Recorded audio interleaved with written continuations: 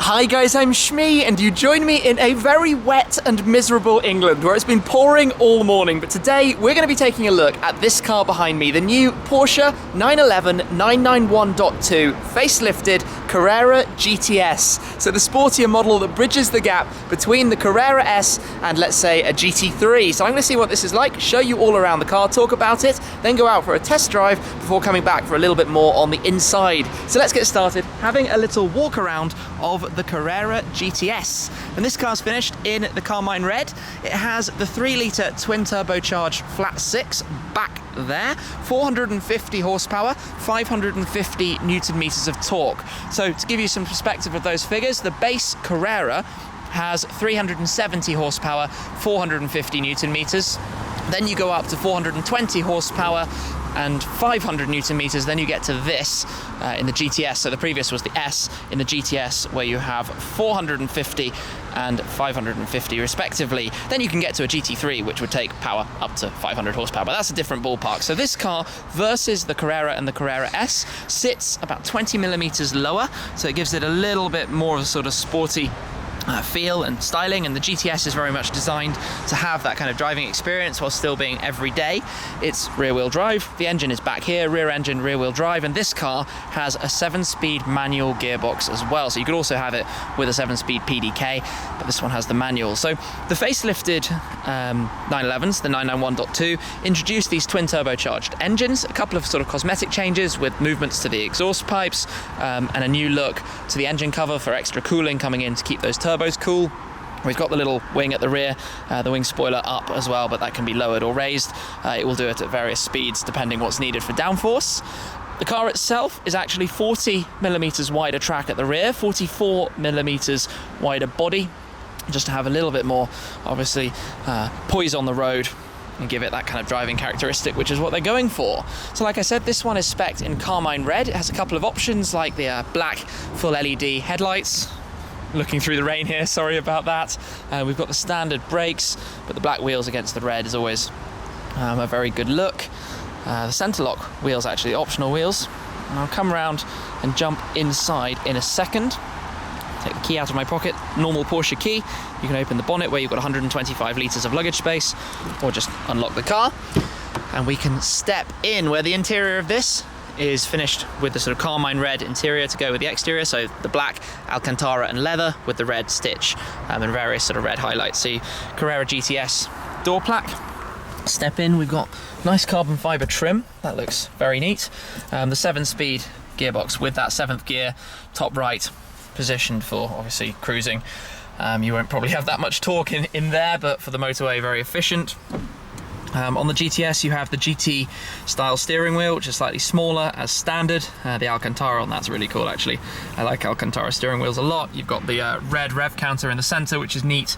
This car has the Sport Chrono Pack, so you get the clock, you also get the track app, so you've got lap and sort of precision timing data. It's a 2+2, so there's a little bit of room in the back. You can just about fit a small person back there. Watch the headroom, maybe I'll jump in later, but if not, it's 2+2 technically with the red seat belts.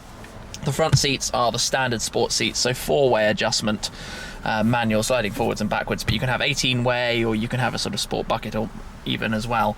But one of the big changes was introducing the new electronic system in here. It's all a little bit easier and less fiddly. And obviously the turbocharged engines, let's not forget that. But for the moment, let me just grab the key out of my pocket, pop it in down here. UK right-hand drive car, of course.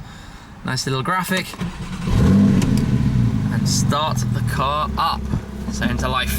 So you have a number of options. You have the exhaust switch here. You can hear that makes quite a difference when you enable that. You've got your suspension system, and you've got the button for the rear spoiler as well if you want to put that down. I think that would do the job. So you just close the menu there on the screen. This is the spoiler button. I think if you do that, it goes back down. But I'm looking forward to driving it, seeing what this is going to be like out on the road. Hopefully not in too much rain. You can hear just the idle burble of that flat 6 back there. You get the Porsche Carrera GTS logo in black as part of the options as well. Different option packs you can have on the car. So this is an interesting car for me. I drove the 911 Carrera, the base version, a Guards red car, so slightly lighter than this, quite recently on a trip towards Le Mans for the 24-hour race of Le Mans. And you will of course know that I have ordered a GT3. We've had this gearbox discussion about PDK versus manual, but this is a manual. I had quite a fun experience driving the manual 911R recently, and that was a different league. It's going to be enjoyable to see what the GTS is like with this configuration, with the manual gearbox. How's the clutch, how's the gearbox to use, how's the shorter sort of throw that it has as well. And yeah, just see how this fits into the lineup of 911s. It's obviously an immensely popular car. The 911 Carrera was very, very clinical. Let's see what this is like. Let's jump in and go for a little drive. The first thing you notice in here is how sprightly the car is. It just picks up and goes. There's a lot of immediate sort of response to pressing the throttle. But what I'm going to do is try going through the various driving modes, see what the car is about. Obviously this does very much bridge that gap between Carrera S and GT3. So it's the everyday usability of a Carrera or a Carrera S, with some of the sort of excitement and driving feedback and experience that you get through the GT3, the GT3 RS, the GT2 RS, whichever model it may be, but without the buckets and the harnesses and the roll cages and the stiff suspension and the silly low front splitter, and basically all those things that make using a car every day a little bit awkward. So driving in completely normal mode, the first thing you notice is that it does require some involvement. You need to be accurate with the clutch. It's got a nice firm sort of press to it. The short throw here for the gear stick has a really nice feel to it, solidly into place as it should be. Porsche have been building drivers' cars for more than long enough to know what they're doing. I'm going to open the manual button there for the exhaust valve. Just listen to a little bit of this. Not perhaps as loud as I thought it might be. The flat six still making a very nice noise though, even though it's turbocharged. You don't feel like it takes over. It still gives you sort of some pretty nice response, and when you blip the shifts manually like that, it's quite fun too. You can have the car doing it for you if you put it into Sport and Sport Plus modes, which we'll do in a second using the toggle on the steering wheel. But like I said before, I decided when I drove the regular 911 that it was perhaps too clinical and perfect, and it lacked a little bit of soul and character that comes with imperfections, and hand-built cars do have some sort of charm that comes from that. And if you turn this up into sport mode, here it gets a little bit louder, and you get the crackles on the overrun, which do sound good. I presume if I blip it down to first now, there we go, that sounded good. Okay, let's get back into second. The shift is super nice. It auto blips it. I was thinking that, I didn't have to do it, the car did it for me. So in sport mode upwards you get auto rev matching, which is just such a neat thing because it's so much faster than you or I can ever do a shift. Yes, you lose some of the natural ability to be involved in the car, but it's no desperately big thing, and you just cruise along and the car is normal and smooth and comfortable. We're in the normal suspension mode, so if you go into Sport Plus, suspension gets much firmer. That's obviously for the track and that kind of driving experience. Out into the national speed limit roads, put my foot down, and these are tight, twisty British roads on a very poor weather day, so I have to be a little bit sensible here and just sort of drive away and be aware of what I'm doing. But one thing I really like is that it has quite a decent sort of comfort ride level, even given how bad these roads are. And I think British sort of B roads are quite famed for their potholes, their bumps, their undulations, and for really testing the chassis of a car. And the chassis in here is so brilliantly set up to work in tandem with the steering, the gearbox, the engine. The balance of it is so perfectly sort of sweet spotted. It's perfectly positioned, I suppose, between the sort of cars above and below it. And the Carrera S is roughly £10,000 less than the 96,000 of this, and the GT3 is roughly £16,000 more. So price-wise, it is more towards Carrera S than GT3.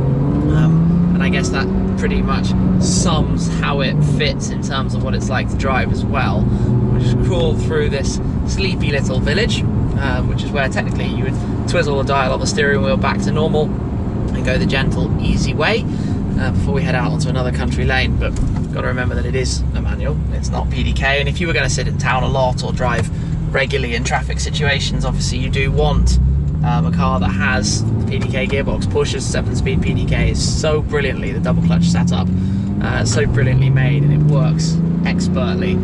Now this is fun for sure, and actually this is quite a neat setup because it's not too much work. It could certainly be more, but we're back on the roads. So let's go into Sport Plus now, where there might even be more noise out of it. but certainly to start it's a little bit firmer. It's put suspension into the firm setting. You've got your traction. You can, no, you don't have a sport mode.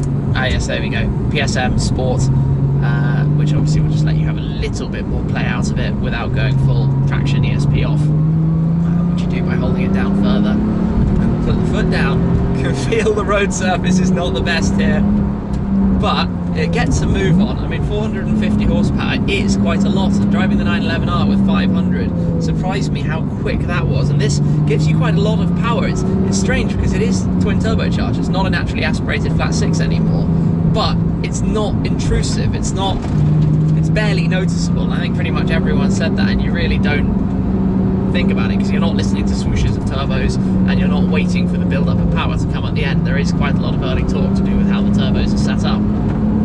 Yeah, there we go. So what can I say beyond this? I mean, it's pretty much mostly the package you would expect it to be.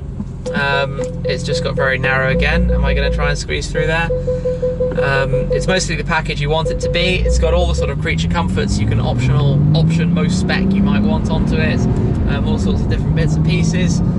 This car I think just has sensors, but you can have the rear camera, obviously an upgraded hi-fi, different trims, colours, all of that jazz. But you know, I think if you are a customer who likes the idea of a GT3, but either can't get one or think it's a little bit too expensive, this is that sweet spot balance just underneath it of a car that you can do this down a country lane, up to the red line, have an awesome time, but you can also head into town and use the car there as well. Maybe you want the PDK, you can option it PDK or manual. You can have it with a coupe like this, or you can have the convertible.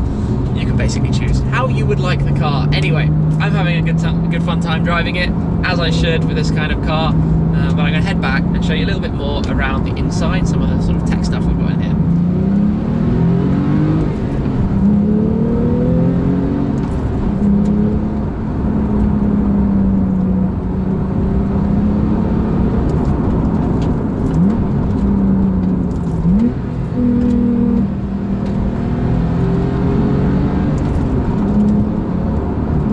Back at base, and oddly the sun has come out, so it's a little bit sunnier now than it was when I started this drive. But now we're here, let's take a little look further around the interior of the cabin of the Carrera S. And let's start straight away with the dashboard. The traditional 5 dials, that red rev counter in the center that I mentioned earlier. You've got your digital display here that can cycle through various screens using the control.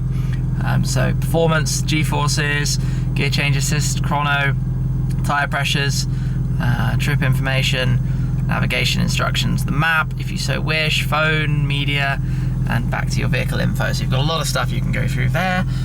Volume and things are controlled from that side, but this is the slightly smaller Alcantara GT steering wheel. It's a really nice wheel, and I feel like it's heated as well because it's warming up on me too.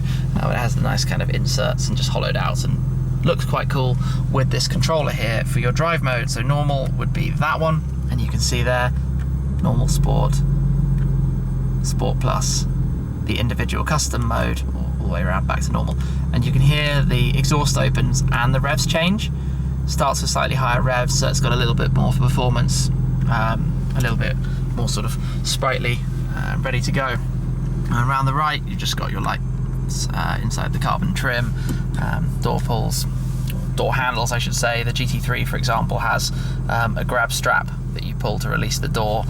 Your mirrors and windows, and then in the center you have this, which I showed a little bit also in my full sort of 911 video about the Carrera S, this new system, but it's the touchscreen, and you can go through and you can see lots of interesting stuff here, and reference laps for the lap timer.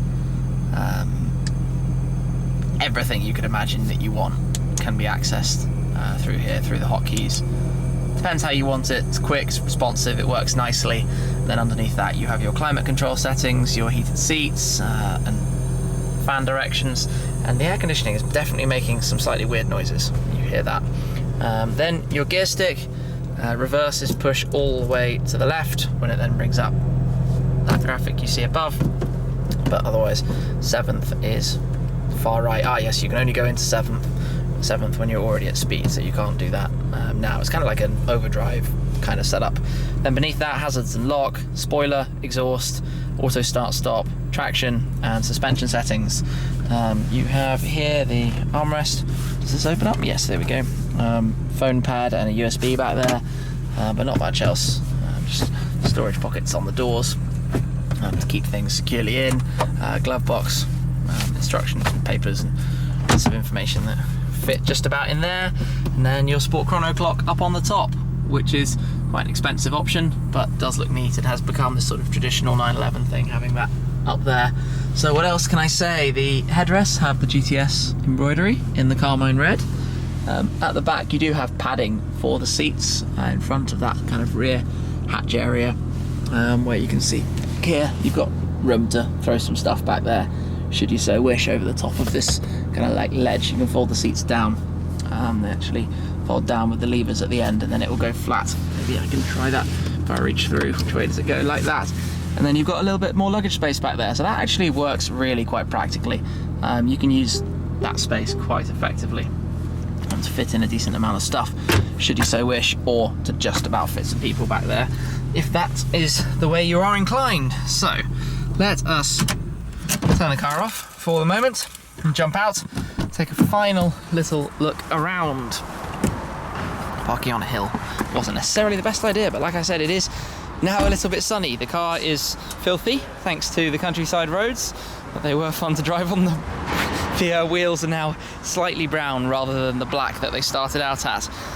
But the paint colour, carmine red, was, well, it is the sort of unique identifiable colour of the GTS, of the different models, you know, whether it's the KN, whether it's the Cayman, whether it's a Macan, whatever it may be.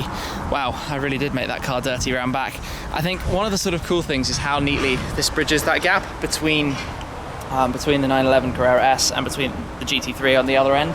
Turbochargers you barely notice at all, but it has a fun, engaging drive while still having that reliability. It's kind of a win-win, really. It's very, very perfect, which sometimes might take away some of the excitement, but I think that's what customers for this car want.